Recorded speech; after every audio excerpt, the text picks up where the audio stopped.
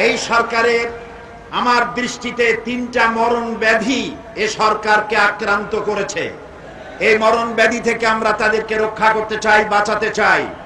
এই তিনটি মরণ ব্যাধি তাদের যে হয়েছে সেটার ব্যাখ্যা আমি অল্প কথায় শেষ করে দেব। আগেই পড়ি ইন্না লিল্লাহি ওয়া ইন্না ইলাইহি রাজিউন। তিনটি ব্যাধির প্রথম ব্যাধি হচ্ছে এ সরকারের ১ নম্বর ব্যাধি, তারা অতিমাত্রায় বাম ঘাসা হওয়ার কারণে এবং ধর্মনিরপেক্ষ হওয়ার কারণে জলাতঙ্ক রোগীর মতো ইসলামাতঙ্ক রোগী পরিণত হয়েছে।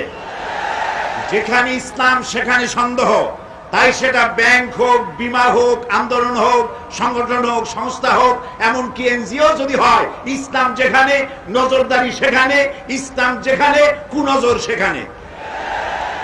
এরপরে এরকম আরেকটি লক্ষণ, সামান্য সামান্য সুতা নাতায় আলেমদেরকে গ্রেফতার করা। মাওলানা ফজলুল হক মুফতি আমিনীকে গ্রেফতার করে এই সরকার চরম অন্যায় করেছে। মুফতি আমিনীকে ছেড়ে দিতে হবে।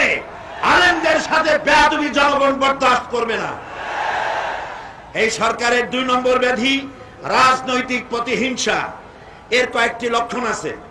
১ নম্বর লক্ষণ, নন ইস্যুকে ইস্যু করা, ডেড ইস্যুকে ইস্যু করা এবং মীমাংসিত ইস্যুকে জীবিত করে রাজনৈতিক প্রতিপক্ষকে নাজেহাল করা, ঘায়েল করা।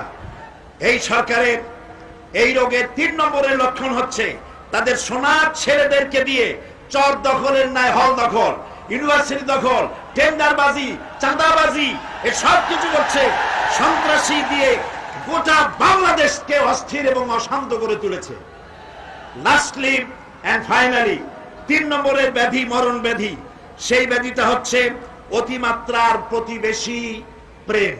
প্রতিবেশীর প্রেমে অস্থির।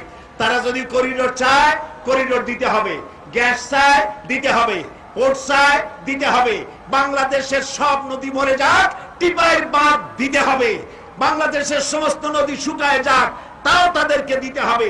এই রোগগুলিতে তাদেরকে আক্রান্ত করে ফেলেছে। এই ত্রিবিধ মরণ ব্যাধির আশু সূচি